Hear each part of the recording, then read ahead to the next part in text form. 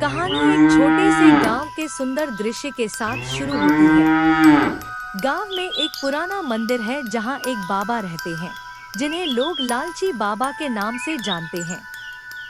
बाबा के पास एक बड़ी पोटली है जिसे वह हमेशा अपने साथ रखते हैं और गांव वाले कहते हैं कि वह पोटली सोने और गहनों से भरी है। बाबा का हर समय सोना और गहने इकट्ठा करने का लालच बढ़ता जा रहा है। दिन कटता जाता है। बाबा गांव वाले से तरह तरह के बहाने बनाकर उनसे दान मांगते हैं।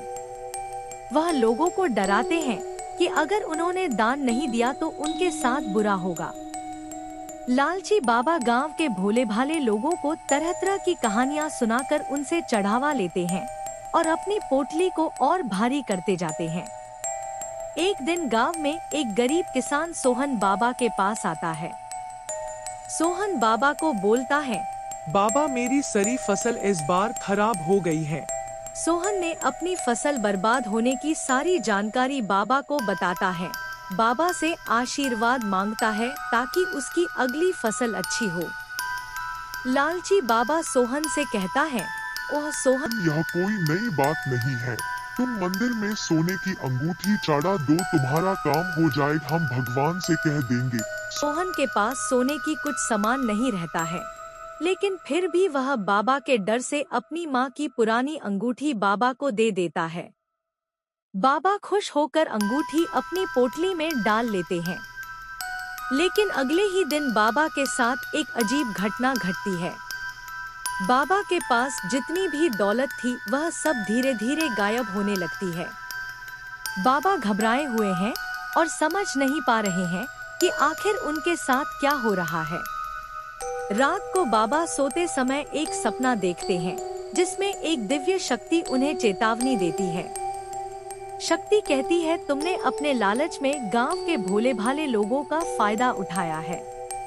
तुम्हारी सारी दौलत अब तुम्हें छोड़कर जा रही है और यदि तुमने अपना लालच नहीं छोड़ा तो तुम हमेशा के लिए इस धन से वंचित रहोगे। बाबा सपने से जागते हैं और पसीने में डूबे हुए हैं। वह भागकर अपनी पोटली खोलते हैं, लेकिन उसमें कुछ भी नहीं बचा होता। उनकी सारी दौलत गायब हो चुकी होती है। वह समझ जाते हैं कि यह उनके लालच का परिणाम है। अगले दिन बाबा गांव में आते हैं और गांव वालों से माफी मांगते हैं। वह सोहन को उसकी मां की अंगूठी वापस कर देते हैं और कसम खाते हैं कि अब से वह कभी लालच नहीं करेंगे और सच्चाई के रास्ते पर चलेंगे। गांव वाले बाबा को माफ कर देते हैं और बाबा अब सादा जीवन जीने लगते हैं। उनकी पोटली अब खाली होती है, लेकिन उनके दिल में सच्चाई और संतोष का भाव आ जाता है। धीरे धीरे बाबा की छवि गांव में बदल जाती है और लोग उन्हें अब दयालु बाबा के नाम से जानने लगते हैं।